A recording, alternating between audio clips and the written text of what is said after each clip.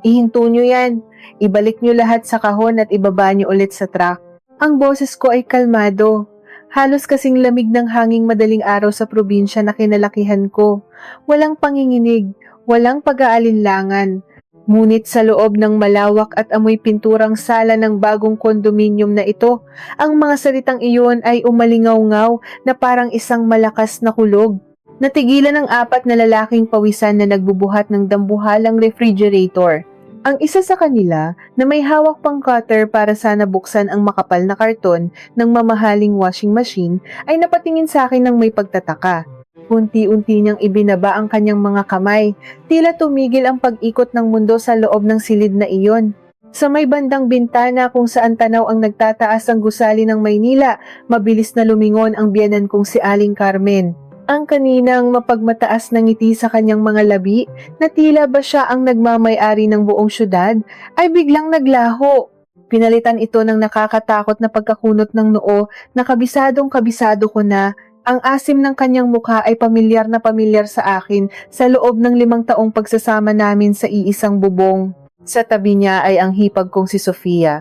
Ibinaba nito ang kanyang mamahaling telepono na kanina pa niya ginagamit sa pagkuha ng mga litrato ng mga bagong gamit.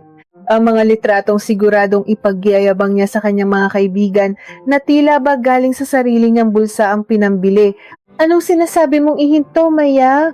Matinis at pumipiyok ang boses ni Aling Carmen. Humakbang siya palapit sa akin, nakapamaywang at nanlilisik ang mga mata. Ngayon na nga lang dumating itong mga gamit para sa bagong bahay ng kapatid ng asawa mo.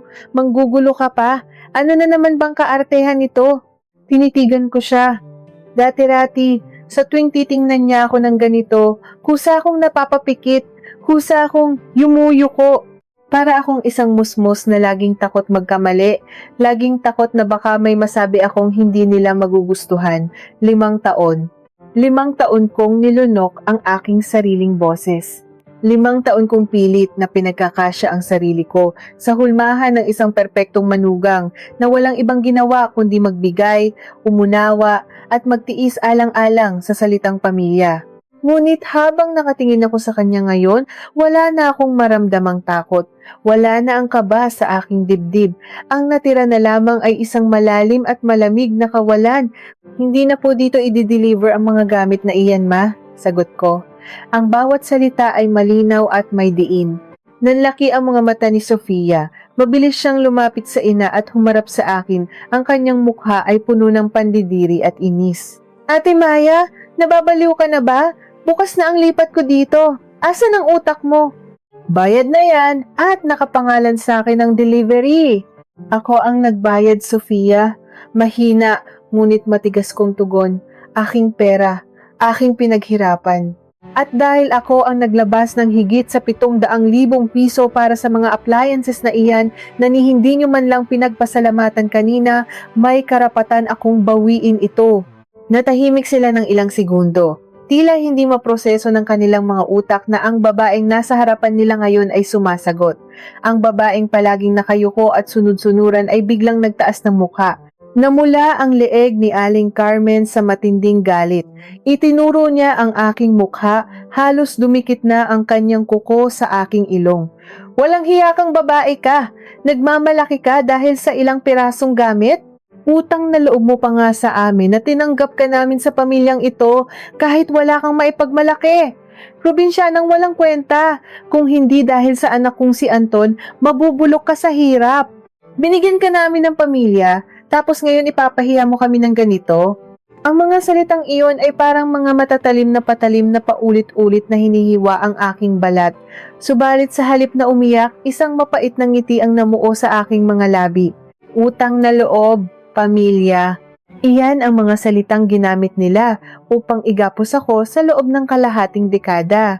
Iyan ang mga salitang naging dahilan kung bakit unti-unting naubos ang sarili ko.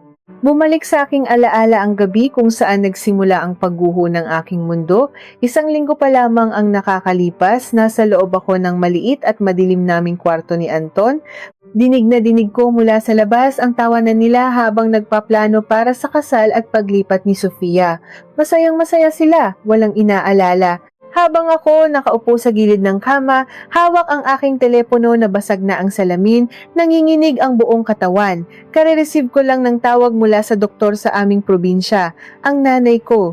Ang kaisa-isang taong nagpalaki sa akin, nagtaguyod sa akin sa gitna ng kahirapan ay may malubhang sakit. Kailangan niya ng agarang operasyon, 200,000. Iyon ang halagang kailangan upang madugtungan ang kanyang buhay. Tandang-tanda ko ang bilis ng pintig ng aking puso habang binubuksan ko ang aking bank account sa telepono. May ipon ako. Mayroon akong higit sa 2 milyong piso na pinaghirapan ko sa loob ng 10 taon ng pagiging isang accountant bago pa man kami ikasal ni Anton. Iyon ang perang itinabi ko para sa kinabukasan namin at para sa pagtanda ng nanay ko. Ngunit nang magbukas ang screen, parang huminto ang paghinga ko, parang may malamig na kamay na sumakal sa aking lalamunan. 15,000 piso. Iyon na lamang ang natitira sa aking account. Napakurap ako ng ilang beses umaasang baka nagkamali lang ang sistema, baka nananaginip lang ako, ngunit kahit anong gawin ko, hindi nagbago ang numero. Saan napunta ang lahat? Hindi ko na kailangan maghanap ng sagot. Unti-unting nag-flashback sa isip ko ang bawat buwan, bawat taon na dumaan. Ang operasyon ng biyenan kong lalaki na umabot ng 250,000, ako ang nagbayad dahil umiiyak si Anton na walang-wala daw sila. Ang pagpapaayos ng bubong at pagpapaganda ng sala nila dahil nahihiya raw si Aling Carmen sa mga kumarenya kong nagbayad.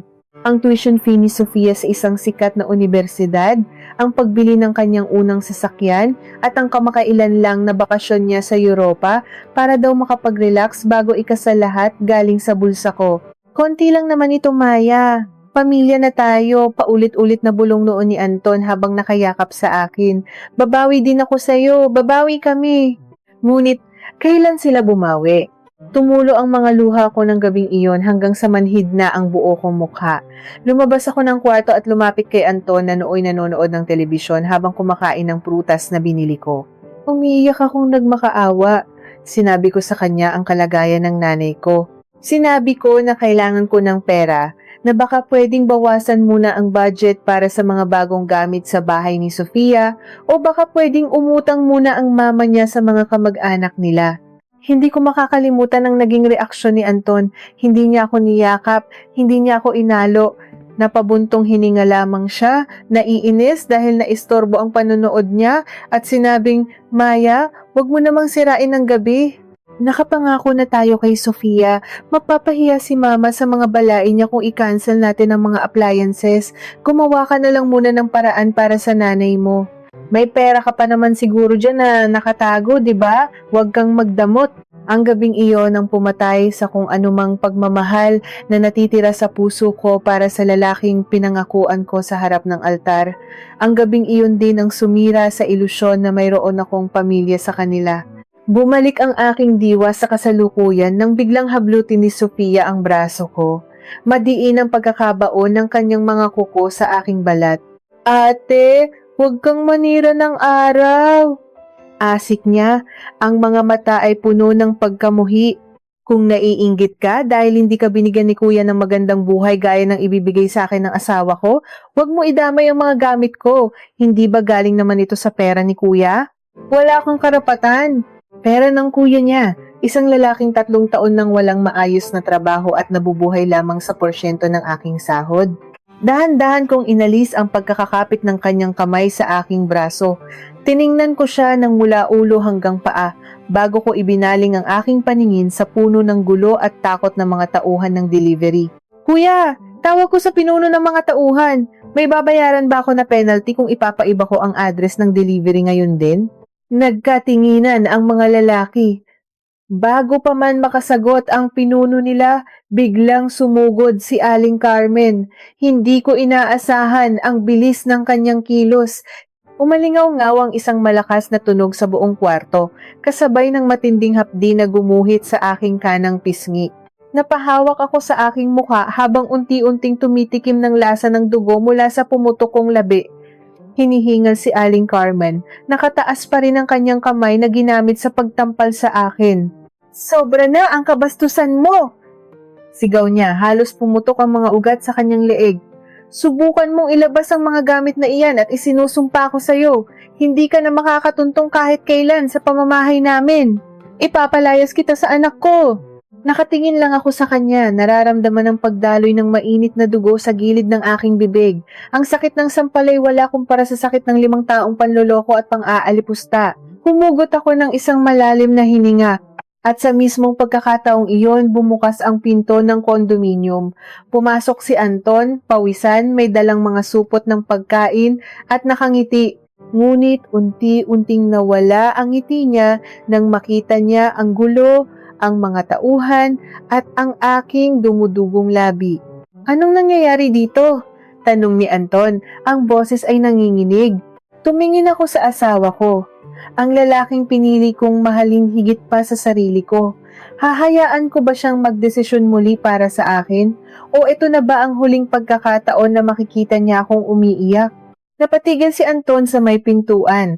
Ang mga bitbit niyang supot ng pagkain na may logo pa na isang sikat na fast food chain ay unti-unting dumulas mula sa kanyang mga kamay. Lumagapak ito sa sahig, lumikha ng isang tunog na bumasag sa nakakabinging katahimikan ng kwarto. Ang kanyang mga mata ay nagpalipat-lipat mula sa mga naguguluhang tauhan ng delivery patungo sa kanyang inang si Aling Carmen na humihingal pa rin habang nakapamaywang, kay Sofia na nakahalukip-kip at matalimang tingin sa akin at sa wakas sa akin. Tiningnan niya ang aking mukha.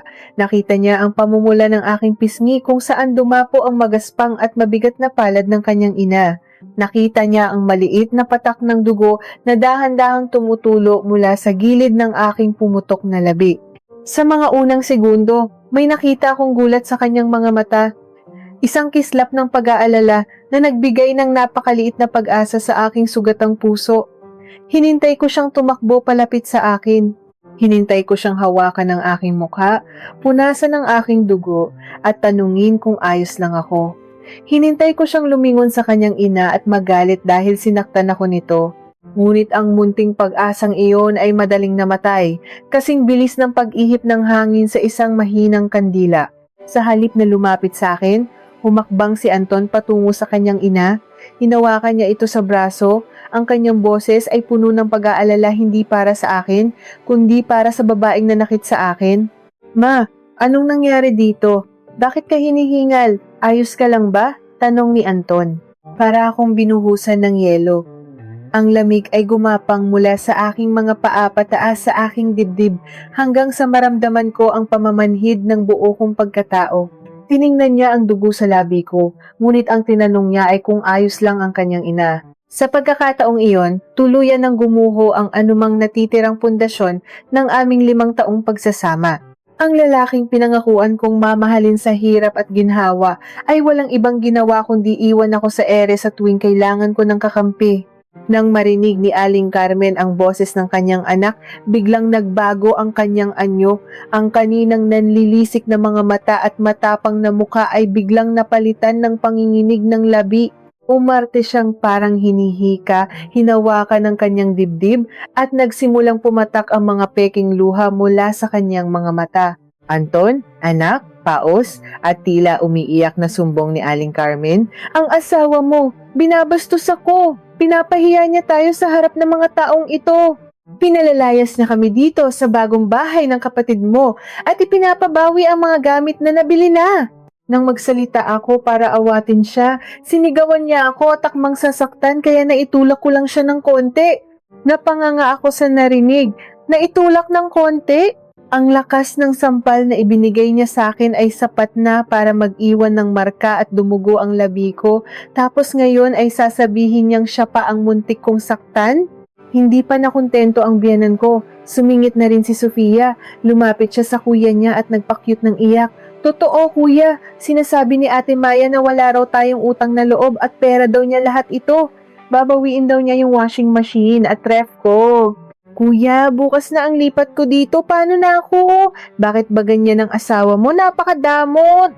Unti-unting lumingon sa akin si Anton. Ang kanyang mukha ay nagdilim. Ang kaninang gulat ay napalitan ng inis at galit. Naglakad siya palapit sa akin. Bawat hakbang niya ay parang pabigat ng pabigat sa aking dibdib. Wala na ang lalaking malambing na nakilala ko noon. Ang nasa harap ko ngayon ay isang estranghero na bulag sa katotohanan. Maya, ano na naman ba itong ginagawa mo? Madiin at pabulong na sigaw ni Anton nang makalapit siya sa akin. Bakit mo ginugulo ang araw na ito? At bakit mo pinapaiyak si Mama at si Sofia? Wala ka bang respeto? Tinitigan ko siya ng diretso sa mga mata. Hindi ako kumurap, hindi rin ako umiyak. Sinampal ako ng mama mo, Anton, mahinahon, ngunit malamig kong sagot. Nakita mo ang dugo sa labi ko. Nakita mo ang marka ng kamay niya sa pisngi ko. Pero ang tinanong mo ay kung bakit siya umiiyak? At ngayon ako pa ang tinatanong mo kung may respeto ako? Napalunok si Anton. Tila natigilan sa lamig ng aking boses. Dati kasi, kapag nagagalit siya, agad akong humihingi ng tawad kahit wala akong kasalanan. Agad akong nagpapaliwanag. Pero ngayon, nakatayo lang ako ng tuwid, hindi nagpapasindak. Kasi alam kong hindi mananakit si Mama kung wala kang ginawang masama. Palusot ni Anton, pilit na pinaninindigan ang kanyang ina. Ano na naman bang sinabi mo sa kanya? Bakit mo ipinapabalik itong mga gamit? Nakakahiya sa mga tao, Maya. Umayos ka nga. Para kang bata. Hindi ako bata, Anton. Ako ang nagbabayad ng lahat ng luho ng pamilya mo, mariin kong sagot. Bago pa man makasagot si Anton, sumingit na ang pinuno ng mga tauhan ng delivery. Halatang pilit niyang pinapakalma ang sarili sa gitna ng matinding tensyon ng aming pamilya. Kinuha niya ang isang clipboard at lumapit ng bahagya sa amin. Sir, ma'am, pasensya na po sa abala. Magalang na sabi ng lalaki, pilit na hindi tinitingnan ang dumudugo kong labi. Kailangan po kasi naming malaman kung itutuloy pa po ba namin ang pag-i-install ng mga appliances o ibabalik po namin sa truck. May susunod pa po kasi kaming delivery sa ibang syudad. Nakahold po kami dito. Mabilis na lumingon si Anton sa lalaki. Ituloy niyo kuya, huwag niyo pansinin ang asawa ko, na bigla lang yan, ilagay niyo na yung ref doon sa kusina. Hindi, mabilis kong putol. Humarap ako sa tauhan ng delivery, ang boses ko ay mas malakas at mas may autoridad ngayon. Sabi ko kanina, ihinto niyo, ako ang nagbayad ng lahat ng iyan. Nakapangalan sa credit card ko ang transaksyon. Hawak ko ang resibo. Wala siyang karapatang magdesisyon sa mga bagay na hindi naman galing sa sarili niyang bulsa.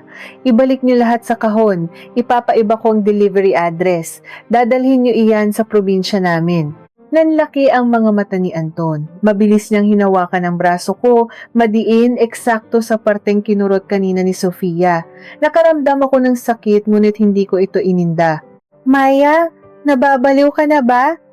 Asik niya sa aking tainga upang hindi masyadong marinig ng mga tauhan. Anong probinsya ang sinasabi mo? Nakapangako na tayo kay Sofia. Gusto mo ba akong ipahiya sa pamilya ko? Gusto mo bang lumabas na sinungaling tayo? Hayaan mo na to, pera lang yan. Kikitain mo pa yan. Pera lang yan? Natawa ako ng pagak, isang tawa na walang halong saya, kundi puro pait at hinagpis. Pilit kong inalis ang pagkakakapit ng kamay niya sa braso ko. Dahil sa lakas ng puwersa ko, napaatras siya ng bahagya.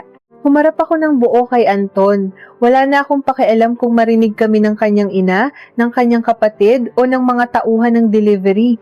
Matagal ko nang kinimkim ito. Matagal ko nang pinatay ang sarili ko para buhayin ang ego ng lalaking ito. Pera lang, Anton? 700,000 piso para sa mga gamit ng kapatid mo, pera lang? Tumaas na ang boses ko. Nagsimulang manginig ang aking mga balikat, hindi dahil sa takot, kundi dahil sa matinding puot na pilit kumakawala sa aking dibdib. Alam mo ba kung bakit ko binabawi ang mga ito? Dahil kagabi, tumawag ang doktor mula sa probinsya, ang nanay ko, Anton. Ang kaisa-isang magulang na meron ako, naghihingalo sa ospital. Kailangan niya ng 200,000 piso para sa operasyon na magdudugtong sa buhay niya. Natigilan si Anton. Biglang namutla ang kanyang mukha. Natahimik din sina Aling Carmen at Sofia sa background. Walang sino man ang nagtangkang magsalita. Ang tanging naririnig lamang ay ang mabigat kong paghinga. Patuloy akong nagsalita. Ang mga luha na kanina ko pa pinipigilan ay nagsimula ng pumatak. Pagkababa ko ng telepono, binuksan ko ang bank account ko. Yung account kung saan nakatago ang 2 milyong pisong ipon ko bago pa man tayo ikasal. Alam mo ba kung magkano ang natira, Anton? 15,000. 15,000 piso na lang ang natira sa buhay ko. Naglakad ako palapit sa kanya. Bawat hakbang ay may kasamang pagdurog sa aming nakaraan. Nasaan ang pera ko, Anton? Nasaan ang pinaghirapan ko? Ibinayad natin sa operasyon ng tatay mo. Ipinagpagawa natin ng bubong ni mama mo. Ipinambayad sa tuition ni Sofia. Ipinambili ng kotse niya. Ipinambakasyon niya sa Europa. Lahat ng hinihingi niyo ibinigay ko. Dahil sabi mo pamilya tayo. Dahil sabi mo babawi ka. Hinawakan ko ang dibdib ko, pakiramdam ko ay sasabog na ito sa sakit. Ngayon, ang nanay ko ang nangangailangan. Ang nanay ko ang nasa bingit ng kamatayan at nanghihingi ako sa iyo ng tulong. Pero anong ginawa mo? Sinabihan mo akong huwag sirain ang gabi mo dahil nanonood ka ng TV. Sinabihan mo akong gumawa ng paraan mag-isa dahil mas mahalaga na hindi mapahiya ang mama mo sa mga bisita ni Sofia. Nanginginig ang mga labi ni Anton. Hindi siya makatingin ng diretso sa aking mga mata. Maya, hindi ko naman alam na ganoon kalala ang sakit ng nanay mo. Akala ko simpleng ubo lang. Kahit pa simpleng ubo lang iyon, nanay ko iyon. Sigaw ko, umaalingaw-ngaw sa buong kondominium. Inubos niyo ako, ginawa niyo akong bangko. Tapos ngayon, matapos kong ibili ang kapatid mo ng mga gamit na halos umabot sa 1,000,000 dahil napilitan ako, lalaitin lang ng mama mo, sasabihing basura, sasabihing utang na loob ko pa na tinanggap niyo ako. Lumingon ako kay na Aling Carmen at Sofia na ngayon ay nakatayo na lang, hindi makapagsalita, halatang nagulat sa mga ibinunyag ko. Tiningnan ko muli si Anton, kaya oo, babawiin ko ang lahat ng ito. Ibebenta ko kung kailangan, dahil kailangan ng nanay ko ng pera. At kung pipigilan mo ko, Anton, hindi lang ang mga gamit na ito ang mawawala sa inyo. Akmang tatalikod na ako upang kausapin muli ang mga tauhan ng delivery nang biglang magsalita si Anton. Ang mga salitang lumabas sa kanyang bibig ay nagpatigil sa pag-ikot ng aking mundo. Hindi ito paghingi ng tawad. Hindi ito pagpapakumbaba. Ito ay isang pahayag na nagpatunay na hindi ko kailanman nakilala ang lalaking pinakasalan ko. Wala kang ilalabas na gamit dito, Maya, malamig at formal na sabi ni Anton. Ang boses ay biglang nagbago, tila nawala ang anumang kaba at tungkol doon sa pera sa bangko. May hindi kayata naiintindihan sa batas nating mag-asawa. Nangunot ang noo ko. Unti-unti akong lumingon sa kanya, ang puso ko ay nagsimulang kumabog ng mabilis, may isang madilim na kutob na namumuo sa aking isipan. Anong ibig mong sabihin? Tanong ko, ang boses ko ay halos isang bulong na lamang. Ngumisi si Anton, isang ngisi na hindi ko pa nakita sa buong buhay ko. Isang ngisi na puno ng panlilinlang. Yung 2,000,000 na sinasabi mo? Malamig niyang tugon. Wala nang natitira doon, hindi lang dahil ginastos natin sa pamilya ko. Inilipat ko ang kalahati sa isang joint account kasama si Mama. At bilang asawa mo, may karapatan ako sa lahat ng kinikita mo. Kaya wag kang magmalaki na pera mo lang ito. Pera natin ito. At ako ang magdedesisyon kung saan ito mapupunta. Tila tumigil ang pag-ikot ng aking mundo. Ang mga salitang binitawan ni Anton ay umalingaw-ngaw sa loob ng aking isipan, paulit-ulit parang isang sirang plaka na nagdudulot ng nakakabinging ingay sa aking mga tainga. Joint account kasama ang kanyang ina, pera ng mag-asawa, karapatan niya bilang asawa. Parang hiniwa ng isang mapurol na kutsilyo ang aking dibdib. Unti-unting nawala ang ingay ng mga sasakyan mula sa labas ng bintana. Nawala ang tunog ng paghinga ng mga taong nasa loob kong silid. Ang tanging naririnig ko lamang ay ang sarili kong pusong parang mababasag sa tindi ng pagkabog. Bumalik sa aking alaala ang isang umaga, 3 buwan na ang nakakalipas. Nagmamadali akong mag-ayos para pumasok sa opisina dahil may hinahabol akong deadline. May inabot si Anton na mga papeles mula sa bangko. Sabi niya, para daw iyon sa pag-update ng aming impormasyon at para mas madali naming ma-manage ang aming mga bayarin sa bahay. Nagtimpla pa siya ng kape para sa akin ng umagang iyon. Hinalikan niya ako sa noo at sinabing, sige na, pirmahan mo na ito para ako na ang mag-aasikaso sa bangko maya-maya. Ingat ka sa trabaho, mahal ko. Dahil sa tiwala, dahil sa bulag na pagmamahal ko sa lalaking pinangakuan ko ng aking buhay, pinirmahan ko ang mga papeles na iyon nang hindi binabasa ang bawat pahina. Hindi sumagi sa isip ko kahit isang saglit na ang lalaking katabi ko sa pagtulog gabi-gabi ay nagpaplano na palang pagnakawan ako. Tinitigan ko si Anton. Ang mukha niya ngayon ay hindi na ang mukha ng lalaking minahal ko. Ang nakikita ko ay isang halimaw na nagtago sa likod ng matatamis na ngiti at mabubulaklak na salita. Ninakaw mo ang pera ko, nanginginig ang aking boses, halos hindi makahinga sa tindi ng sakit. Ninakaw mo ang perang pinaghirapan ko bago pa man tayo magpakasal, ang perang ililigtas sana sa buhay ng nanay ko. Ngumisi si Aling Carmen mula sa likuran ni Anton. Lumapit siya, ang kanyang dibdib ay nakaumbok sa labis na pagmamalaki. Wala na ang kanyang pag-arte na umiiyak at hinihika. Ang nasa mukha niya ngayon ay tagumpay. Huwag mong sabihing ninakaw, Maya. Mag-asawa kayo. Ano mang pumasok sa bulsa mo, pag-aari din ng anak ko, matinis na pang-aasar ng aking biyenan. At isa pa, tama lang na sa aming napunta ang perang iyon. Kung hawak mo iyan, saan mo dadalhin? Sa nanay mong may sakit na mamamatay din naman, sayang lang ang pera. Mabuti pa nga itong paghahanda sa kasal ng kapatid ng asawa mo, may pakinabang. Magiging masaya ang pamilya. Para akong binuhusan ng kumukulong mantika.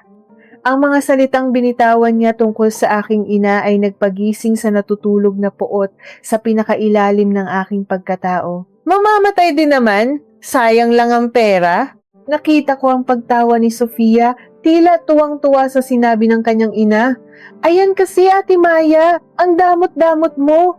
Kung naging mabuti ka lang sanang manugang, hindi na kailangan ni Kuya na ilihim sa'yo ang paglipat ng pera. Kasalanan mo rin kung bakit siya naglihim. Humarap ako kay Anton. Hinintay kong sawayin niya ang kanyang ina. Hinintay kong ipagtanggol niya ang nanay ko na walang ginawa kundi pakainin at asikasuhin siya tuwing umuuwi kami sa probinsya. Ngunit nakatayo lamang siya roon, nakapamulsa tila sumasang-ayon sa bawat nakakalasong salita na lumalabas sa bibig ng kanyang pamilya. Ganyan na ba kayo kasama?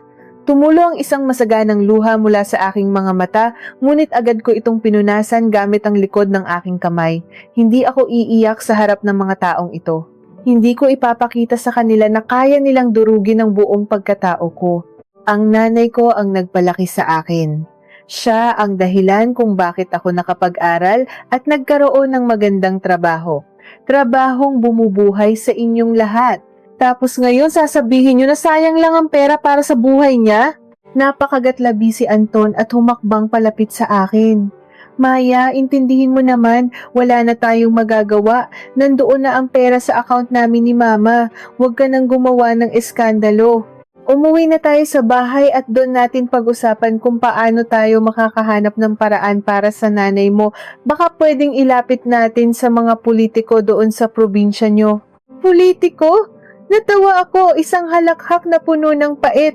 Kukunin mo ang 2 milyong piso ko para sa luho nyo, tapos ang nanay ko pipila sa mga politiko para magmakaawa ng tulong.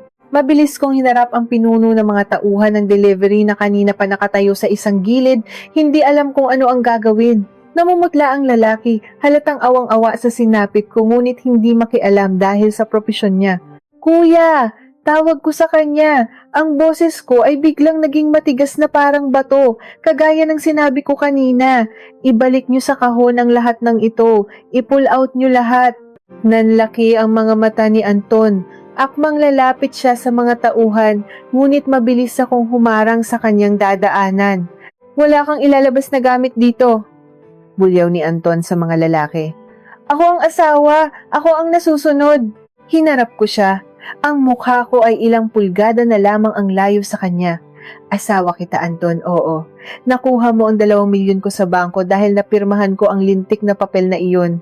Pero itong mga appliances na ito, itinaas ko ang aking kamay at inilabas mula sa aking bag ang aking credit card at ang mahabang resibo mula sa appliance center. Iwinasiwas ko ito sa harap ng kanyang mukha. Ang mga gamit na ito ay hindi galing sa bank account na ninakaw nyo. Utang ito. Ginamit ko ang personal credit card ko, nakapangalan lamang sa akin, gamit ang sarili kong credit limit na nakuha ko dahil sa mataas kong sahod na wala kang kinalaman. Ako ang nagbayad, ako ang may utang, at ako ang may buong karapatan kung saan i-deliver ang mga gamit na ito. Napaatras si Anton. Tila hindi niya naisip ang detalyeng iyon. Lumingon siya sa kanyang ina na ngayon ay biglang nawala ang ngisi sa mga labi. Hindi maaari! Sigaw ni Aling Carmen. Lumapit siya at pinipilit na agawin sa akin ang resibo ngunit mabilis ko itong nailayo. Para sa anak ko ang mga gamit na iyan. Nakapangako na kami sa mga bisita niya bukas. Huwag mong ipahiya ang pamilya namin, Maya. Kayong mga tauhan! Baling ni Sofia sa mga nagde-deliver, ang boses ay nanginginig sa inis at takot na mawalan ng gamit. Huwag niyong pansinin ang babaeng yan! Ipasok niyo na ang ref sa kusina! Kapag inilabas niyo iyan, irereklamo ko kayo sa manager niyo. Ipapatanggal ko kayo sa trabaho! Napalunok ang pinuno ng mga tauhan. Tiningnan niya si Sofia. Pagkatapos ay tumingin siya sa akin. Nakita ko ang pagtatalo sa kanyang mga mata. Bilang isang manggagawa, natatakot siyang mawalan ng trabaho dahil sa reklamo ng isang customer. Ngunit nakita ko rin sa kanyang mga mata ang awa ng isang taong may ina at may pamilyang itinataguyod. Huminga ng malalim ang lalaki. Inayos niya ang hawak niyang clipboard at tiningnan ng diretso sa mga mata si Sofia at si Anton. Pasensya na po, ma'am. Sir, magalang ngunit matapang na sabi ng pinuno ng tauhan. Pero tama po si Ma'am Maya. Sa patakaran po ng aming kumpanya, ang taong nakapangalan sa credit card at sa resibo ang siyang may autoridad na baguhin ang delivery details, lalo na po kung on-site pa ang mga gamit at hindi pa formal na nata-turnover. Kung susundin ko po kayo na hindi naman po ang nagbayad, ako po ang makakasuhan ng kumpanya. Lumingon ang lalaki sa kanyang tatlong kasamahan. Balutin niyo ulit ng plastic wrap, ibalik sa mga kahon, ibaba na natin sa truck. Parang nabuhusan ng malamig na tubig sina Aling Carmen at Sofia. Nagsimulang umiyak ng malakas si Sofia, nagpadyak ng paa na parang isang batang inagawan ng kendi. Kuya, gawin mo naman ang paraan! Sigaw ni Sofia habang hinahampas ang braso ni Anton. Bukas na ang lipat ko! Saan ko ilalagay ang mga pagkain ko para sa handaan? Saan ako maglalaba? Kuya naman eh. Nakakahiya sa mga kaibigan ko. Maya, parang awa mo na. Pagbaba ng boses ni Anton, nagmamakaawa. Tila na-realize niyang wala siyang laban sa credit card ko. Hinawakan niya ang aking mga kamay ngunit mabilis ko itong binawi, nandidiri sa pagdampi ng kanyang balat sa akin. Huwag mo namang gawin to sa kapatid ko. Ibibigay ko sa'yo bukas na bukas din ang kalahati ng laman ng joint account namin ni Mama. Ipapa-withdraw ko. Pangako. Basta iwan mo lang ang mga gamit dito. Tinitigan ko ang mga mata niyang nagmamakaawa. Ang mga matang ito ang naging dahilan kung bakit ako nabulag ng 5 taon. Ngunit ngayon malinaw na ang lahat. Alam kong nagsisinungaling siya. Alam kong gusto niya lang akong pakalmahin para maiwan ang mga gamit. Kalahati? Sagot ko. Isang ngiting mapakla ang sumilay sa aking mga labi. Kalahati ng sarili kong pera ang ibibigay mo sa akin? Nakalimutan mo na ba, Anton? 200,000 ang kailangan ng nanay ko ngayon din. Wala akong panahong maghintay sa mga pangako mong laging napapako.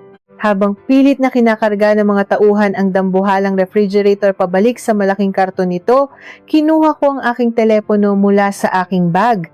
Nanginginig ang aking mga daliri. Hindi sa takot, kundi sa nag-uumapaw na adrenaline at determinasyong bawiin ang buhay na ninakaw nila sa akin. Binuksan ko ang screen ng aking telepono. Tiningnan ko si Anton, si Sofia na humahagulgol at si Aling Carmen na namumula na sa sobrang galit at pagkapahiya. Akala nyo ba pagkatapos niyong nakawin ng pera ko at laitin ng naghihingalo kong ina, uuwi lang ako sa bahay at iiyak sa sulok? Malamig kong tanong sa kanila. Pinindot ko ang isang numero sa aking contacts at inilagay ang telepono sa aking tainga. Nakatingin lamang silang tatlo sa akin. Naguguluhan at may bahid ng kaba kung sino ang tinatawagan ko. Nang may sumagot sa kabilang linya, malakas kong sinabi ang mga salitang magpapasimula ng pinakamalaking bangungot sa buhay nilang pamilya. Hello, attorney. Nandito ako ngayon sa condominium. Kailangan ko ng tulong mo para mag-file ng kaso laban sa sarili kong asawa. Hello, Attorney Perez? Pasensya na sa abala. Ang boses ko ay kalmado, ngunit ang bawat pantig ay may dalang bigat na tila yayanig sa buong pagkatao ng mga taong nakikinig sa akin ngayon. Nakita ko kung paano nanlaki ang mga mata ni Anton. Ang kaninang pagmamalaki at pag-angkin niya sa aking pera ay biglang napalitan ng matinding takot. Namutla ang kanyang mukha, halos kasing puti ng bagong pintang pader ng kondominium na ito. Kailangan ko po ng tulong niyo ngayon din, patuloy ko. Hindi inaalisan ng tingin si Anton. Gusto kong magsampa ng kaso laban sa sarili kong asawa. Ninakaw niya ang higit sa 2 milyong piso mula sa personal kong bank account at inilipat ito sa isang joint account nila ng kanyang ina nang walang pahintulot ko. Gusto kong malaman kung paano natin mapapablik ang pera at kung anong kasong kriminal ang pwede nating isampa sa kanya. Maya, itigil mo yan! Sigaw ni Anton. Umabante siya at inabot ang aking telepono upang agawin ito, ngunit naging mabilis ako. Umatras ako ng isang hakbang at itinaas ang aking kabilang kamay upang harangin siya. Ang aking mga mata ay nanlilisik. Subukan mo akong hawakan. Anton, malamig at mabagal kong banta. Ang boses ko ay nanginginig sa nag-uumapaw na puot. Subukan mong dumampi ang kahit isang daliri mo sa akin. At isusumpa ko sa pangalan ng naghihingalo kong ina. Idadagdag ko ang physical abuse at pananakit sa mga isasampa ko sa'yo bukas na bukas din. Napatigil siya sa kalagitnaan ng kanyang paghakbang. Tila siya naging isang tuod. Ang kanyang mga kamay ay nanginginig na nakabitin sa ere. Nakita ko ang pamumuo ng pawis sa kanyang noo. Sa unang pagkakataon sa loob ng 5 taon, nakita ko ang totoong takot sa kanyang mga mata. Hindi siya natatakot na mawala ako bilang asawa niya. Natatakot siyang makulong at mawala ang marangyang buhay na ibinigay ko sa kanila. Habang kausap ko ang abogado sa kabilang linya na nagpapaliwanag ng mga hakbang na dapat kong gawin, nagsimula nang gumalaw ang mga tauhan ng delivery. Tila nakaramdam sila ng matinding awa sa akin at pagkasuklam sa pamilyang nasa harap nila, kaya't mas pinabilis nila ang pagbabalot ng mga appliances. Ang tunog ng makapal na tape na idinidikit sa mga karton ay parang musika sa aking mga tainga. Ang ingay ng bakal na gulong ng dolly habang inilalabas ang dambuhalang refrigerator patungo sa elevator ay hudyat ng aking kalayaan. Hindi maaari! Gamit ko iyan! Humahagulgol na lumuhod si Sofia sa sahig, pilit na hinahawakan ang karton ng washing machine na paborito niya, ngunit marahang inilayo ito ng mga tauhan. Kuya! Wala kang kwenta! Bakit mo hinahayaang gawin sa atin ito ng asawa mo? Nakakahiya sa mga kaibigan ko. Anong ipapakain ko sa kanila bukas, Yelo? Si Aling Carmen ay napasandal sa pader, humihingal ng totoo ngayon. Nakahawak siya sa kanyang dibdib, hindi na nag-iinarte. Wala kang pusong babae ka! Demonyo ka! Pagbabayaran mo ito! Isinusumpa kita, mamatay ka ng mag-isa! Ibinaba ko ang aking telepono matapos makipag-usap kay Attorney Perez. Tinitigan ko si Aling Carmen, ang babaeng naging sanhi ng aking walang katapusang paghihirap. Ang babaeng palaging may masamang salita para sa akin kahit anong kabutihan ang gawin ko. Matagal na akong mag-isa, ma. Mapait kong sagot. 5 taon akong nabuhay sa pamilyang ito na pakiramdam ko ay nag-iisa ako. At kung ang pag-alis ko sa inyo ay nangangahulugang mag-iisa ako habang buhay, mas pipiliin ko na iyon kaysa manatiling gatasan ng mga linta. Tumalikod ako. Binitbit ko ang aking bag ng mahigpit at nagsimulang maglakad palabas ng pinto. Ang hangin sa labas ng koridor ay malamig at nagbigay ng ginhawa sa aking kumukulong dugo. Bawat hakbang ko palayo sa pintuang iyon ay parang paghuhubad ng mabigat na kadena na pumulupot sa aking katawan sa loob ng mahabang panahon. Ngunit bago pa ako makarating sa elevator, naramdaman ko ang mabibigat na yabag ni Anton na sumusunod sa akin. Maya! Maya, mag-usap tayo! Pilit niyang hinawakan ang siko ko, ngunit mabilis ko itong iwinasiwas. Pumindot ako ng button sa elevator at humarap sa kanya. Ang kanyang mukha ay basag, ang kanyang mga mata ay puno ng pagmamakaawa na halatang peke. Maya, patawarin mo ako, umiiyak niyang sabi, lumuluhod sa harap ko. Ang lalaking laging pinoprotektahan ng kanyang ego at pride, ngayon ay nakaluhod sa malamig na sahig ng koridor. Nabigla lang ako. Natakot lang ako na baka iwan mo ako kaya nilipat ko ang pera. Ibabalik ko lahat sa iyo, pangako. Huwag mo lang ituloy ang kaso, huwag mo akong iwan. Paano na ako? Paano na ang pamilya natin? Wala tayong pamilya, Anton. Walang emosyon kong sagot. Bumalik ka sa nanay mo at sa kapatid mo. Sila ang pamilya mo. At tungkol sa pera, magkikita na lang tayo sa korte. Ibebenta ko ang mga appliances na ito para ipang-opera sa nanay ko at kapag napatunayan kong ninakaw mo ang pera ko, sisiguraduhin kong babayaran mo ang bawat sentimo hanggang sa huling patak ng pawis mo. Bumukas ang pinto ng elevator. Pumasok ako sa loob. Akmang susunod si Anton ngunit itinaas ko muli ang aking kamay, nagbibigay ng matalim na babala. Napatigil siya sa labas. Wala kang mapupuntahan, Maya. Biglang nagbago ang tono niya. Mula sa pagmamakaawa ay naging pananakot. Wala kang ibang kakilala dito sa Maynila kundi kami. Saan ka titira? Babalik ka rin sa akin. Kapag namatay ang nanay mo, sino na lang ang matitira sa'yo? Wala, ako lang. Habang unti-unting sumasara ang pinto ng elevator, tinitigan ko siya ng may matinding awa. Awa hindi dahil mahal ko pa siya, kundi awa dahil hanggang sa huli, hindi niya nakita ang halaga ko. Kahit mawala ang lahat sa akin, Anton, hindi na ako babalik sa impyerno niyo. Tuluyang sumara ang pinto at nang bumaba ang elevator, doon lamang bumigay ang aking mga tuhod. Napasandal ako sa malamig na pader ng elevator at tuluyang bumuhos ang mga luhang kanina ko pa pinipigilan. Umiyak ako ng napakalakas. Umiyak ako para sa mga taong nasayang ko. Umiyak ako para sa tiwalang binasag nila. Umiyak ako para sa sarili kong nagpakatanga sa ngalan ng pag-ibig. Ngunit ang mga luhang ito ay hindi luhang puno ng pagsisisi, kundi luhang naguhugas sa mga sugat ng aking nakaraan. Nakalaya na ako. Pagkalabas ko ng gusali, agad akong pumara ng taxi. Nagpahatid ako patungo sa bahay na inuupahan namin ni Anton. Kailangan kong makarating doon bago pa siya makauwi. Kailangan kong kunin ang lahat ng mahahalagang dokumento, pasaporte, birth certificate, at ang natitirang mga gamit ko na may halaga.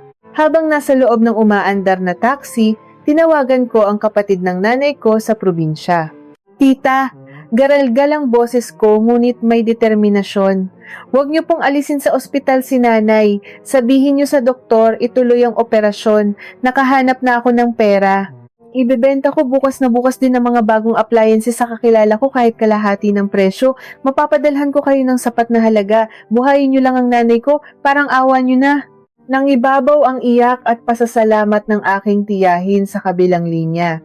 Sa wakas, nakagawa ako ng isang bagay na tama. Isang bagay na para sa tunay kong pamilya. Pagdating ko sa aming bahay, agad akong dumiretso sa kwarto namin. Ang bahay na ito ay saksi sa lahat ng sakripisyo ko. Ang higaan kung saan ako madalas umiyak ng tahimik. Ang aparador kung saan nakasabit ang mga mamahaling damit ni Anton na ako ang bumili, habang ang sa akin ay mga lumang damit na ilang taon ko nang pabalik-balik na isinusuot. Kumuha ako ng malaking maleta at mabilis na isinilid ang aking mga damit.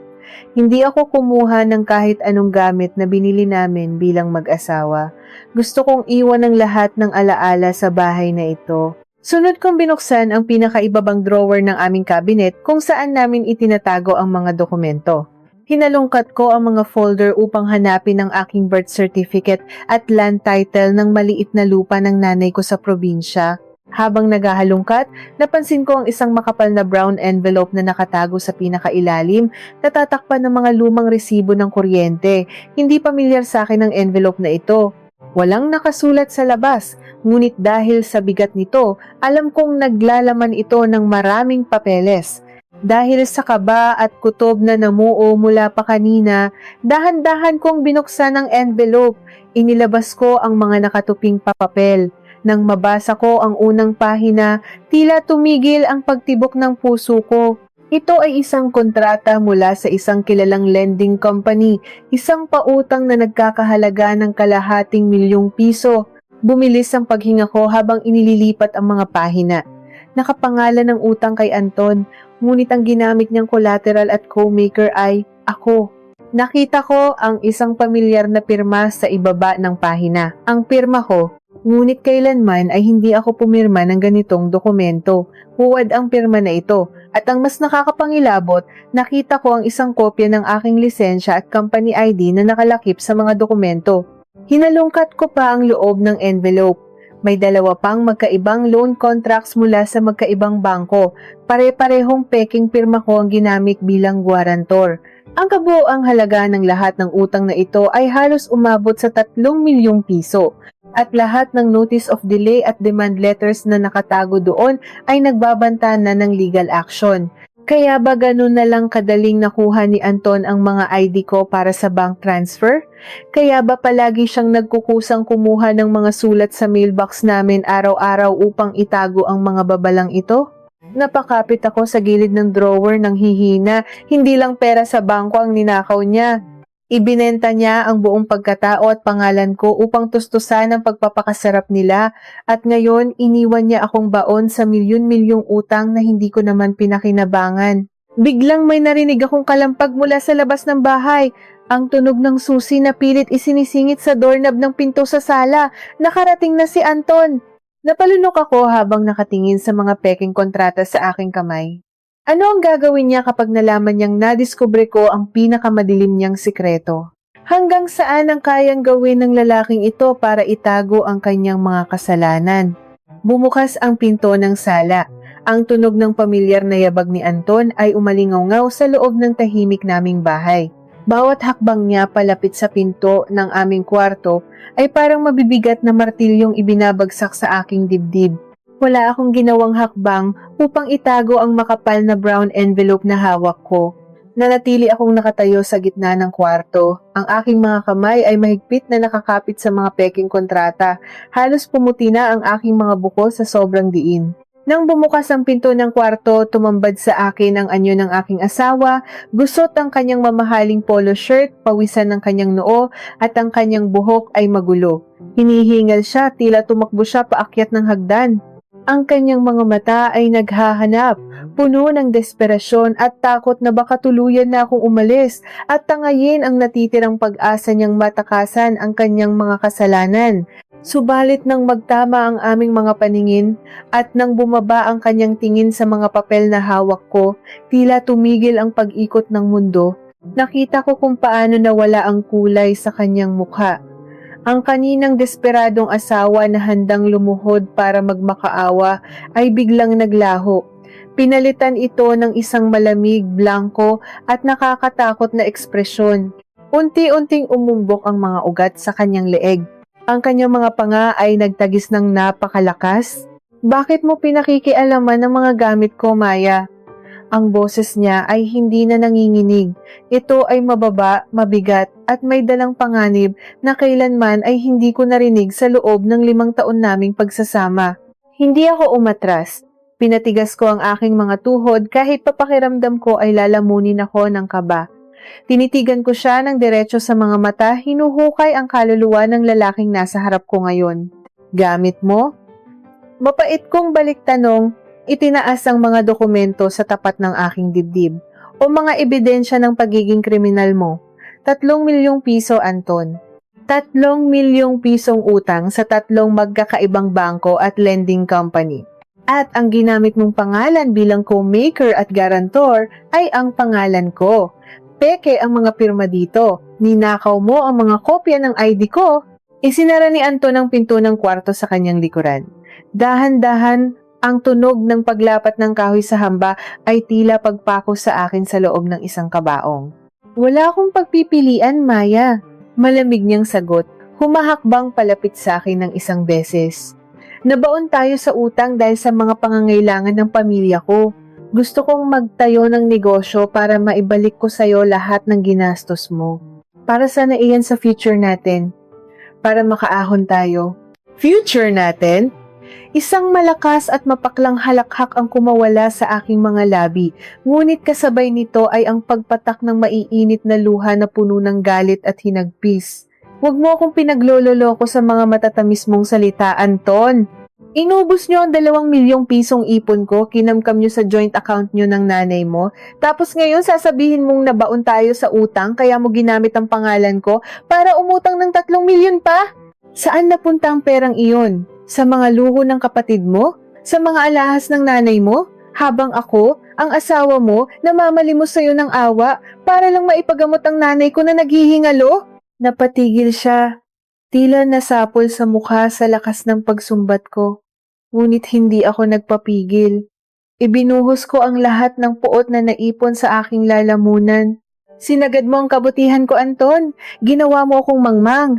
Habang nagpapakamatay ako sa pagtatrabaho araw-araw, habang isinusuot ko ang mga lumang damit ko dahil nanghihinayang akong bumili ng bago para makatipid tayo, ikaw naman ay patagong nilulubog ang pangalan ko sa utang. Kung makukulong ka dahil sa mga utang na ito na hindi mo mabayaran, idadamay mo ako. Ako ang hahabulin ng mga bangko dahil ako ang may maayos na trabaho. Paano mo nagawa sa akin ito? Kasi asawa kita. Biglang bulyaw ni Anton, tuluyan nang nawala ang kanyang pagpapanggap. Ang kanyang mukha ay namula sa matinding galit. Mag-asawa tayo, Maya. Kung anong meron ka, akin din. Kung anong problema ko, problema mo rin. Hindi mo ba naiintindihan iyon? Ginawa ko ang lahat para maging lalaki sa paningin ng pamilya ko, para patunayan sa kanila na kaya kong magbigay at bilang asawa ko, tungkulin mong suportahan ako. Parang piniga ang aking puso sa mga narinig ko. Ang lalaking pinakasalan ko sa pag-aakalang magiging katuwang ko sa buhay ay isa palang linta na walang ibang inisip kundi ang sariling ego at ang pangangailangan ng kanyang sakim na pamilya. Hindi niya ako itinuring na asawa. Itinuring niya akong isang puhunan.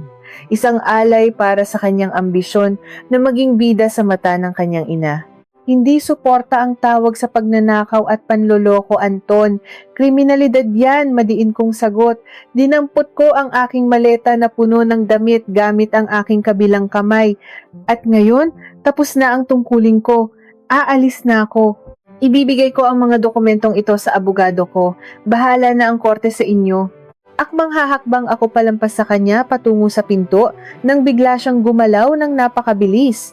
Hinarangan niya ang daan. Mabilis niyang inabot ang seradura ng pinto at inilak ito. Ibinulsa niya ang maliit na susi. Ang katahimikan sa loob ng kwarto ay naging nakakabingi. Ang tunog lamang ng aming mabibigat na paghinga ang nagpapaligsahan. Tiningnan ko siya at nakita ko ang isang mapanganib na hayop na nasukol sa isang sulok. Wala na siyang pakialam sa tama o mali. Ang tanging gusto niya na lamang ay iligtas ang kanyang sarili. Wala kang dadalhin sa abogado mo, malamig niyang banta.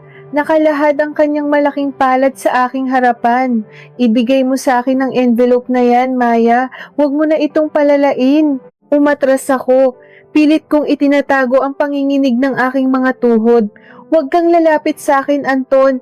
Nagmamakaawa ako sa'yo. Huwag mong dagdagan ng mga kasalanan mo. Hayaan mo na akong umalis. Gusto ko lang puntahan ng nanay ko. Kailangan niya ako ngayon. Ibigay mo sa akin. Bawat salita ay may diin, ang kanyang mga mata ay nanlilisik at walang kahit anong bahid ng awa. Hindi ka lalabas ng kwartong ito hanggat hawak mo ang mga papel na iyan. Sisirain mo ang buhay ko, ipapakulong mo ako. Akala mo ba papayag ako na isang probinsya ng katulad mo lang ang magwawasak sa pangalan ng pamilya namin? Kinuha ko ang aking telepono mula sa aking bulsa ng mabilis. Itinaas ko ito nakaharap sa kanya. Huwag kang hahakbang, Anton! Sigaw ko. Ang boses ko ay halos mapatid. Napicturan ko na ang bawat pahina ng mga kontratang ito. Bago ka pa dumating, na-send ko na sa email ni Attorney Perez ang lahat ng ebidensya. Kahit punitin mo ang mga papel na ito ngayon, kahit sunugin mo pa, may digital copy na sila. At kapag sinaktan mo ako o kapag hindi ako nakalabas ng bahay na ito ngayong gabi, ang abogado ko mismo ang magdadala ng mga pulis dito. Natigilan si Anton. Ang kanyang nakalahad na kamay ay unti-unting bumaba. Tinitigan niya ang telepono ko, pilit inaalam kung nagsisinungaling ako o hindi. Ang totoo, wala akong napicturan. Sa tindi ng kaba at pagkagulat ko kanina nang makita ko ang mga pekeng dokumento, hindi na pumasok sa isip ko ang kumuha ng litrato. Isang malaking sugal ang ginagawa ko ngayon. Isang matapang na kasinungalingan upang iligtas ang sarili ko. Nakita ko ang pagkalito sa kanyang mga mata na mabilis na palitan ng isang madilim na pag-iisip. Yumuko siya ng bahagya at nang muli siyang tumingala, isang nakakakilabot na ngiti ang namuo sa kanyang mga labi. Ang ngiting iyon ay hindi ngiti ng isang taong sumusuko. Ito ay ngiti ng isang taong nawalan na ng katinuan. "Nasend mo na pala sa abogado mo?" Bulong niya. Ang boses ay sobrang tahimik na mas nakakapangilabot kaysa sa isang sigaw. Dahan-dahan siyang naglakad palapit sa akin, hindi alintana ang teleponong nakatutok sa kanya. Kung ganoon, wala na pala akong dapat itago. Kung makukulong din naman pala ako, Maya, bakit pa kita palalabasin ng buhay sa bahay na ito? Dahan-dahan niyang inabot ang isang mabigat na metal na lampstand na nakapatong sa maliit na mesa sa tabi ng pinto. Ang kanyang mga mata ay hindi humihiwalay sa aking mukha. Ano ang kayang gawin ng isang lalaking tuluyan ng kinain ng kanyang sariling kasakiman? Ang malamig na hangin mula sa aircon ay tila naging mga matatalim na karayom na tumutusok sa aking balat. Ang kwarto na dati ay saksi sa aming mga lihim at pangarap bilang mag-asawa ay biglang naging isang masikip na hawla. Sa bawat hakbang ni Anton palapit sa akin, ramdam ko ang paghigpit ng isang nakikitang lubid sa aking leeg. Ang hawak niyang bakal na lampstand, isang regalong binili ko pa para sa aming unang anibersaryo, ay kumikislap sa ilalim ng mapusyaw na ilaw ng kwarto. Parang bumagal ang oras. Ang tunog ng orasan sa dingding, ang mabilis na pagtibok ng sarili kong puso, at ang mabibigat na paghinga ng lalaking nasa harap ko ay naghalo-halo upang lumikha ng isang nakakabinging musika ng kamatayan. Anton, maawa ka. Nanginginig kong pakiusap. Umurong ako ng umurong hanggang sa maramdaman ko ang malamig na pader sa aking likuran. Wala na akong aatrasan. Huwag mong dungisan ang mga kamay mo. Asawa mo ako, Anton. 5 taon kitang pinagsilbihan. 5 taon kitang minahal ng buong buo. Ito ba ang isusukli mo sa akin? Isang mapaklang ngiti ang gumuhit sa kanyang mga labi. Ang mga mata niyang dati ay nangungusap at puno ng lambing. Tuwing may hinihinging pabor ay ngayon ay tila 2 itim na butas na walang kahit anong emosyon. Hindi na siya ang Anton na nakilala ko. Siya ay isang halimaw na nilamon ng sarili niyang kasakiman at takot na mawala ang peking buhay na binuo niya mula sa aking mga sakripisyo. Ikaw ang pumili nito, Maya. Malamig at walang bahid ng pagsisising sagot niya. Tumigil siya sa paghakbang. Isang braso na lamang ang layo mula sa akin. Kung naging mabuti ka lang sanang asawa. Kung hindi ka lang nagmarunong. Kung ibinigay mo na lang sana ang mga gamit kay Sofia at nanahimik ka dito sa bahay, hindi sana aabot sa ganito. Ikaw ang nagtulak sa akin para gawin ito. Napakagat ako sa aking nanginginig na ibabang labi. Kahit sa huling sandali, kahit nakatutok na ang kamatayan sa aking harapan, ako pa rin ang sinisisi niya. Gaslighting. Ito ang ginawa niya sa akin sa loob ng 5 taon. Binaluktot niya ang katotohanan hanggang sa ako mismo ay maniwala na ako ang palaging may pagkukulang. Ngunit hindi na ngayon. Kahit patayin mo ako dito, Anton, lalabas at lalabas ang katotohanan. Matapang kong sagot, pilit pinapatatag ang aking boses kahit ang buo kong pagkatao ay nanginginig sa takot. Nasa abogado ko na ang mga ebidensya. May naiwan akong digital footprint. Kapag nawala ako, ikaw ang unang hahanapin ng mga pulis. Mabubulok ka sa kulungan at ang buong pamilya mong sakim ay babagsak kasama mo. Nakita ko ang pagtaas ng kanyang kilay at ang biglaang panginginig ng kanyang panga. Ang mga salita ko ay tila asido na lalong nagpasidhi sa kanyang galit. Palalabasin kong nanlaban ka sa isang magnanakaw, Maya, o kaya aksidente. Madaling gumawa ng kwento kapag patay na ang biktima. Bulong niya. Iniangat niya ang mabigat na lampstand sa ere. Ang mga kalamnan sa kanyang braso ay tumigas. Sa sandaling iyon, dumaan sa aking isipan ang mukha ng aking ina, ang kanyang naghihingalong katawan sa isang malamig na kama sa ospital sa probinsya, ang kanyang mga luha habang pinipilit ng umiti para sa akin. Nangako ako na ililigtas ko siya. Nangako ako na babalik ako. Hindi ako pwedeng mamatay sa loob ng kwartong ito sa kamay ng isang lalaking ginamit lamang ako. Ang pagmamahal ko sa aking ina ay nagbigay sa akin ng isang hindi maipaliwanag na tapang. Isang primal instinct upang mabuhay. Bago pa man maibagsak ni Anton ang bakal na lampstand sa aking ulo, buong lakas akong gumawa ng isang mabilis na pag-iwas. Umalingaw-ngaw ang isang nakakapasong tunog ng pagkabasag. Tumama ang bakal sa malaking salamin ng aming aparador na nasa aking likuran. Umula ng mga basag na salamin sa aking paanan, ang ilan ay tumalsik at humiwa sa aking braso at pisngi. Nakaramdam ako ng matinding hapdi at nakita ko ang pagtulo ng mainit na dugo mula sa aking balat, ngunit hindi ko ininda ang sakit. Dahil sa lakas ng buwelo ni Anton, nawalan siya ng balanse at napasubsob patungo sa basag na aparador. Ito ang aking pagkakataon. Hindi ako tumakbo palayo. Alam kong mas mabilis siya sa akin at madali niya akong maabutan bago ko pa man mabuksan ang pintuan na nakalak.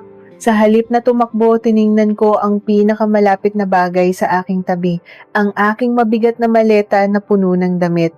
Habang pilit na bumabangon si Anton mula sa pagkakasubsob, buong lakas kong inangat ang maleta gamit ang dalawang kamay at malakas na inihampas sa kanyang likuran. Napasigaw siya sa sakit at muling napadapa sa sahig, nabitawan niya ang bakal na lampstand. Umalingaw-ngaw ang kanyang ungol na puno ng galit at sakit. "Wisit kang babae ka, papatayin kita!" sigaw niya. Nanginginig ang mga binti ko ngunit hindi ako pwedeng tumigil. Tumalon ako patungo sa kanya habang nakadapa siya. Ginamit ko ang lahat ng natitirang lakas ng aking katawan upang idiin ang aking tuhod sa kanyang likod. Napasigaw si Anton. Mabilis kong kinapa ang kanyang bulsa kung saan niya inilagay ang susi ng kwarto. Ang aming mga katawan ay nag-aagawan sa ibabaw ng sahig na puno ng nagkalat na bubog. "Ibigay mo sa akin ang susi!" hili ko. Halos mabali ang aking mga kuko sa pagpilit na ilusot ang aking kamay sa bulsa ng kanyang pantalon. Pumiglas si Anton, buong lakas siyang umikot at tinabig ako ng napakalakas. Tumilapon ako sa paanan ng aming kama, ang aking likod ay tumama sa matigas na kahoy. Nawalan ako ng hininga sa tindi ng pagkakabagsak. Nanlabo ang aking paningin ng ilang segundo. Nang muli kong imulat ang aking mga mata, nakita ko si Anton na dahan-dahang tumatayo. Ang kanyang mukha ay may sugat mula sa mga basag na salamin at ang kanyang mga mata ay nanlilisik, puno ng purong pagkamuhi. Wala nang natitirang pag-ibig, wala nang konsensya. Isang tapat na intensyong pumatay na lamang ang nakaguhit sa kanyang anyo. Pinulot niya muli ang bakal na lampstand. Ang tunog ng pagkaskas ng bakal sa sahig ay nagpatayo ng lahat ng balahibo sa aking katawan. "Ang tigas din ng ulo mo, ano?" Hingal na hingal niyang sabi. Bawat salita ay may kasamang talsik ng laway. Tumulo ang dugo mula sa kanyang noo pababa sa kanyang mata, ngunit hindi niya ito pinunasan. "Gusto mo talagang pahirapan ang sarili mo? Sige, pagbibigyan kita." Inilibot ko ang aking paningin. Wala na akong pwedeng gawing sandata. Ang susi ay nasa kanya pa rin. Ang pinto ay nakakandado. Nakulong ako kasama ng isang demonyo. Sa tindi ng desperasyon, iginapang ko ang aking kamay sa ilalim ng kama at nakapa ko ang isang mabigat na bote ng mamahaling pabango, isa na namang luho na inutang niya gamit ang pangalan ko. Hinawakan ko ito ng mahigpit, itinatago sa aking likuran habang unti-unting umaatras habang nakaupo sa sahig. "Anton, isipin mo ang mama mo, ang kapatid mo." Pilit kong kinakausap ang kanyang konsensya, umaasang may natitira pang katinuan sa kanyang utak. Kapag nakulong ka, walang mag-aalaga sa kanila, mawawala lahat ng meron kayo. Huwag mong itapon ang buhay mo dahil lang sa pera. "Buhay ko ang sinisira mo!" bulyaw niya. Humakbang siya ng mabilis patungo sa akin. Itinaas niya ang bakal ng mas mataas ngayon, handang tapusin ang lahat. Sa sandaling ibinagsak niya ang kanyang braso, buong lakas kong ibinato ang mabigat na bote ng pabango direkta sa kanyang mukha. Tumama ito ng saktong-sakto sa gitna ng kanyang ilong. Isang nakakapasong tunog ng nabaling buto ang umalingaw-ngaw. Napasigaw si Anton, isang matinis at mahabang atungal ng sakit. Nabitawan niya ang bakal at napahawak sa kanyang mukha habang bumubulwak ang masaganang dugo mula sa kanyang ilong. Napaatras siya bulag sa sakit at pagkabigla. Hindi ko na sinayang ang pagkakataon. Kahit nanginginig at hirap huminga, mabilis akong tumayo. Sumugod ako palapit sa kanya hindi para manakit, kundi para agawin ng susi. Ipinasok ko ang aking kamay sa kanyang bulsa at nakuha ko ang malamig na metal. Nang maramdaman niya ang aking paghawak sa kanyang pantalon, pilit niyang inabot ang aking buhok. Nahawakan niya ang dulo ng aking buhok at hinila ito ng napakalakas. Napadaing ako sa sakit, pakiramdam ko ay matatanggal ang aking anit. Pilit niya akong hinihila pabalik sa sahig. Sa gitna ng sakit at takot, ginamit ko ang aking siko at buong lakas na inihampas ito pabalik direkta sa kanyang lalamunan. Nabulunan si Anton, napaubo ng malakas at kusa niyang nabitawan ang aking buhok. Tumakbo ako patungo sa pinto. Ang aking mga kamay ay madulas dahil sa sarili kong dugo at pawis. Ilang beses nahulog ang susi ngunit sa wakas ay naipasok ko rin ito sa siradura. Pinihit ko ito. Isang pamilyar na click ang nagbigay sa akin ng pinakamasarap na pakiramdam ng kalayaan. Bumukas ang pinto at nagpumiglas ako palabas ng kwarto patungo sa madilim na sala. Wala akong dalang kahit ano, maging ang aking maleta o ang aking telepono. Ang tanging bitbit ko lamang ay ang aking sariling buhay. Tumakbo ako patungo sa main door ng aming bahay. Ang buong katawan ko ay nanginginig. Humihikbi ako habang pilit na kinakapa ang deadbolt ng pintuan. Madilim ang paligid dahil hindi pa nakabukas ang ilaw sa sala. Pinihit ko ang unang lock. Bumukas ito. Nang isusunod ko na ang pangalawang lock, narinig ko ang mabigat na yabag mula sa pasilyo ng kwarto. Maya! Ang boses na iyon ay hindi na boses ng tao. Isa itong alulong ng isang halimaw na uhaw sa dugo. Lumingon ako. Mula sa dilim, nakita kong anino ni Anton. Hawak niya muli ang bakal na lampstand. Ang kanyang buong mukha ay nababalutan ng dugo. Ang kanyang ilong ay tabingi at ang kanyang mga mata ay nanlilisik sa galit na hindi ko maipaliwanag. Wala na siyang pakialam sa utang, sa pera o sa kulungan. Ang gusto niya na lamang ay patayin ako. Tumakbo siya patungo sa akin. Ang pagitan namin ay mabilis na naglalaho. Pinihit ko ang huling lock ng pintuan at hinawakan ang doorknob. Pilit ko itong binubuksan ngunit sa sobrang panginginig ng aking kamay ay nag-jam ito. Hindi ka makakaalis dito! Sigaw niya. Ilang metro na lamang ang layo mula sa aking likuran. Nararamdaman ko na ang init ng kanyang katawan at ang amoy ng kanyang dugo. Pumikit ako ng mariin, naghahanda para sa huling hampas ng bakal na tatapos sa aking buhay. Patawad, nanay. Patawad dahil hindi na ako makakauwi sa iyo. Subalit, kasabay ng pag-angat ng braso ni Anton sa aking likuran, isang nakakabinging kalabog mula sa labas ng pintuan ang nagpabigla sa aming dalawa. Mayroong buong lakas na kumakatok mula sa labas. Hindi lang katok, kundi mga mabibigat na suntok sa matigas na kahoy ng pintuan na tila ba gusto itong sirain. Kasunod ng mga kalabog ay isang malakas, autoritatibo at lalaking boses na umalingaw-ngaw mula sa kabilang gilid ng pinto. Isang boses na nagpatigil sa mundo naming mag-asawa. Anton, Maya, buksan niyo ang pintong ito ngayon din. Tila tumigil ang pag-ikot ng mundo sa loob ng madilim na sala. Ang nakaangat na braso ni Anton na handa na sanang ibagsak ang mabigat na bakal upang tapusin ang aking buhay ay nanigas sa ere. Ang kanyang mga matang nanlilisik sa galit ay biglang napalitan ng matinding gulat at pagkalito. Sir Anton! Ma'am Maya! Mga tanod po ito ng subdivision. Narinig po namin ang kalabog at mga basag na salamin mula sa labas. Buksan niyo po ang pinto kung hindi ay sisirain namin ito. Ang tinig ng kapitan ng mga tanod ay umalingaw-ngaw na parang kampana ng kaligtasan. Kasunod nito ay ang ingay ng mga radyo at ang bulungan ng mga nagising na kapitbahay sa labas ng aming bahay. Nangibabaw ang takot sa mukha ni Anton. Ang kaninang halimaw na uhaw sa dugo ay biglang naglaho at ang pumalit ay ang isang duwag na lalaking takot mapahiya sa paningin ng ibang tao. Dahan-dahan niyang ibinaba ang kanyang braso. Binitawan niya ang bakal na lampstand na lumikha ng isang mahinang kalampag sa sahig. Mabilis siyang nagpunas ng dugong umaagos mula sa kanyang basag na ilong gamit ang likod ng kanyang palad. Lumapit siya sa akin, hindi upang manakit kundi upang magmakaawa muli. Ang bilis ng pagbabago ng kanyang anyo ay nakakapangilabot. Nakita ko ang sukdulang pagkukunwari ng lalaking ito. Maya, SSS. Nanginginig niyang bulong, pilit na inaabot ang aking braso upang patahimikin ako. Ang kanyang boses ay puno ng desperasyon. Huwag kang sisigaw, huwag kang gagawa ng ingay. Sabihin natin, nagtatalo lang tayo. Aksidente lang ang pagkabasag ng salamin. Huwag mo akong ipapahuli, parang awa mo na. Ayokong makulong. Tinitigan ko siya. Ang mukha niyang puno ng dugo, ang kanyang mga matang nagmamakaawa, ang kanyang nanginginig na mga labi. Sa loob ng 5 taon, tuwing makikita ko siyang nahihirapan o namomroblema, palaging lumalambot ang puso ko. Palagi ko siyang pinagbibigyan, palagi ko siyang inuunawa.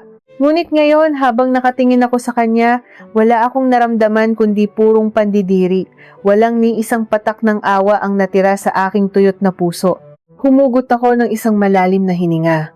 Tiningnan ko siya ng diretso sa mga mata at ginamit ko ang lahat ng natitirang lakas sa aking mga baga.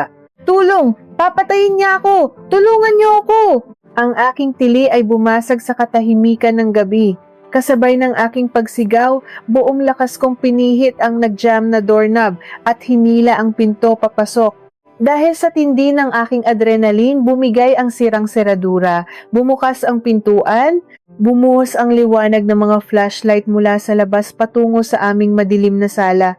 Tumambad sa mga tanod at sa ilang kapitbahay ang isang nakakikilabot na eksena. Ako, na nanginginig, duguan ng braso at pisngi at humihikbi ng walang patid. At sa likuran ko, si Anton na may basag na ilong, duguan ng damit at ilang hakbang lamang ang layo mula sa duguang bakal na lampstand sa sahig. Sir Anton, anong ginagawa niyo sa asawa niyo? Mabilis na pumasok ang 3 tanod at agad na pinigilan si Anton. Hindi! Wala akong ginagawa! Siyang nanakit sa akin! Tingnan niyo ang ilong ko! Binato niya ako! Pilit na nagpupumiglas si Anton. Umiiyak na parang bata habang tinuturo ang kanyang sariling mukha.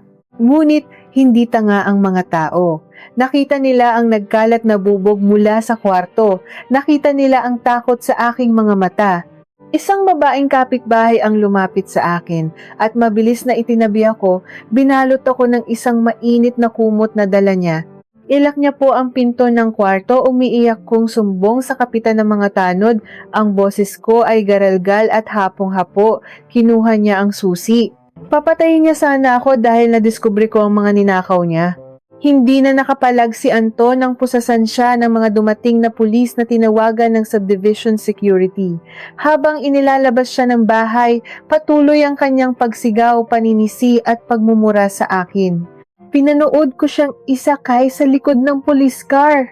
Ang lalaking sumira sa buhay ko, ngayon ay pinapanood ng buong komunidad habang inilalabas na parang isang kriminal. Nang matiyak kong ligtas na ang paligid, pumasok akong muli sa loob ng bahay. Sinamahan ako ng isang pulis. Pumasok ako sa aming nagulong kwarto. Kinuha ko ang aking maleta at, ang pinakamahalaga sa lahat, ang makapal na brown envelope na naglalaman ng mga peking dokumento. Binitbit ko ang mga ito at tuluyang humakbang palabas ng bahay na iyon. Nang maramdaman ko ang simoy ng malamig na hangin sa labas, napapikit ako. Sa wakas, malaya na ako. Ang hangin ito ay hangin ng kalayaan. 5 taon akong nabulag at nakulong sa kadena ng utang na loob at peking pamilya. Ngayon, ako na ang may hawak ng manibela ng sarili kong buhay. Lumipas ang 3 araw na parang isang mabilis ngunit mabigat na panaginip. Hindi na ako bumalik sa trabaho. Nag-file ako ng indefinite leave. Pansamantala akong tumira sa isang ligtas at pribadong hotel sa Maynila upang hindi ako matunto ng pamilya ni Anton. Sa unang araw pa lamang, ibinenta ko ang lahat ng appliances na nabawi ko sa condominium ni Sofia sa isang kaibigan na may-ari ng negosyo ng buy and sell. Kahit kalahati lamang ng presyo ang nakuha ko, sapat na iyon. Sapat na sapat para agad kong maipadala sa probinsya ang perang kailangan para sa operasyon ng aking ina. At sa 2 araw, matapos ang walang katapusang pag-aasikaso ng mga papeles kasama si Attorney Perez, nagtungo kami sa presinto kung saan nakakulong si Anton upang formal na ihain ang aking mga reklamo. Violence against women and children, falsification of public documents, identity theft, at estafa. Mga kasong sapat na upang bulukin siya sa loob ng selda ng mahabang panahon. Pagdating namin sa presinto, hindi na ako nagulat nang makita ko ang mga pamilyar na mukha na nag-aabang sa labas, si Aling Carmen at si Sofia. Pareho silang mukhang pagod, walang tulog at puno ng kaba. Nang makita nila ako, mabilis silang sumugod. Maya! Hayop ka! Sigaw ni Aling Carmen. Akmang susugurin ako, ngunit mabilis siyang hinarangan ng mga pulis at ng mga tauhan ni Attorney Perez. Inosente ang anak ko! Pinalabas mo lang na sinaktan ka niya para makaganti ka sa amin. Bawiin mo ang kaso, Maya. Nakikiusap ako sa'yo, asawa mo siya. Tinitigan ko ang biyenan ko. Wala na ang mamahaling alahas sa kanyang leeg, marahil ay isinangla na upang ipambayad sa abogadong kinuha nila para kay Anton. Ang kaninang pagmamataas niya sa kondominium ay tuluyang nadurog ng realidad. Asawa? Malamig kong sagot. Hinarap ko silang mag-ina. Nakatayo ako ng tuwid at puno ng dignidad. Asawa pala. Nung inaalipusta niyo ko, nung sinasabi niyong basura ako at walang kwenta, hindi niyo naisip na asawa ko ng anak niyo. Ngayong nakakulong siya dahil sa pagnanakaw at pagtatangkang pumatay sa akin, bigla niyong naisip na asawa ako? Ate Maya, maawa ka na kay kuya. Humahagulgol na lumuhod si Sofia sa malamig na semento ng presinto. Wala siyang pakialam sa mga taong nakatingin sa kanya. Ang pamilyang sobrang taas ng pride ngayon ay gumagapang sa aking paanan. Sira na ang kasal ko. Iniwan ako ng asawa ko dahil sa kahihiyang ginawa mo sa kondominium. Wala na kaming pera. Huwag mo nang kunin pati ang kuya ko. Hindi ko pinansin ang kanyang mga luha. Ang mga luhang iyan ay luha ng pagkatalo, hindi ng pagsisisi. Matagal na siyang wala sa inyo, Sofia. Dahil inubos niya ang buhay niya sa pagtatakip ng mga kasinungalingan niyo, sagot ko. Huwag na kayong magmakaawa sa akin, magmakaawa kayo sa korte. At tandaan niyo ito, sa oras na malaman ko kung magkanong ginamit niyo mula sa perang ninakaw niya sa akin, kayo ang isusunod kong kakasuhan. Tinalikuran ko sila at tuluyang pumasok sa loob ng tanggapan upang tapusin ang aking mga sinumpaang salaysay. Habang pumipirma ako sa bawat pahina, pakiramdam ko ay ibinabalik ko ang bawat piraso ng aking pagkatao na ninakaw nila. Nang hapong iyon, habang nakaupo ako sa loob ng opisina ni Attorney Perez at umiinom ng mainit na kape, tumunog ang aking telepono. Ang pangalan ng aking tiyahin sa probinsya ang lumabas sa screen. Kinabahan ako. Nanginginig ang kamay ko nang sagutin ko ang tawag. Hello? Tita? Narinig ko ang mahinang paghikbi mula sa kabilang linya. Bumilis ang tibok ng puso ko. Tita, anong nangyari? Si nanay? Maya, anak. Ang boses ng tiyahin ko ay basag ngunit may kasamang malalim na pagbuntong hininga. Ligtas na ang nanay mo. Tapos na ang operasyon. Sabi ng doktor, matagumpay ang lahat. Gising na siya, Maya. Naghahanap siya sa'yo. Napatakip ako ng bibig. Bumuhos ang aking mga luha, ngunit sa pagkakataong ito, hindi ito luhang galing sa sakit. Ito ay luha ng sukdulang kaligayahan at pasasalamat. Tumango ako ng tumango kahit hindi niya ako nakikita. Salamat sa Diyos. Pupunta ako dyan, tita. Uuwi na ako sa inyo. Uuwi na ako kay nanay. Pagkababa ko ng telepono, naramdaman ko ang isang hindi maipaliwanag na kapayapaan. Nanalo ako. Naligtas ko ang taong pinakamahalaga sa akin. Ang lahat ng hirap, ang mga sugat sa katawan at puso, lahat ay naging sulit. Ngunit, habang pinupunasan ko ang aking mga luha, bumukas ang pinto ng opisina. Pumasok si Attorney Perez. Ang kanyang mukha ay seryoso, nakakunot ang noo, at may hawak siyang isang makapal na folder. Umupo siya sa tapat ko at ibinaba ang folder sa ibabaw ng mesa. Maya, panimula niya, ang kanyang tono ay nagpapahiwatig na mayroon siyang nadiskubring isang napakabigat na bagay. Nakuha na namin ang mga subpoena records mula sa mga bangko kung saan umutang si Anton gamit ang pangalan mo. Tinrace namin kung saan nagpunta ang halos 3 milyong piso na nakuha niya. Kumunot ang noo ko. Hindi ba napunta sa nanay at kapatid niya? Sa pagpapagawa ng bahay sa mga bakasyon sa kasal? Humiling si Attorney Perez. Binuksan niya ang folder at inilabas ang ilang pahina ng bank statements at ilang litrato na nakuha ng kanilang private investigator sa nakalipas na 2 araw. May malaking bahagi ng pera ang napunta sa kanyang pamilya, oo, pero ang pinakamalaking halaga, halos 2 milyong piso mula sa inutang niya, ay inilipat sa isang hiwalay na account na nakapangalan sa isang babae. Napatigil ang paghinga ko. Dahan-dahan kong inabot ang mga litrato na inilapag ng abogado sa aking harapan.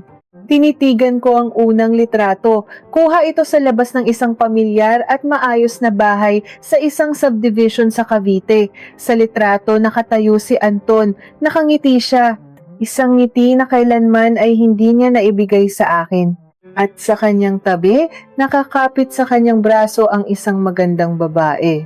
Pero hindi iyon ang nagpatigil sa pagtibok ng aking puso.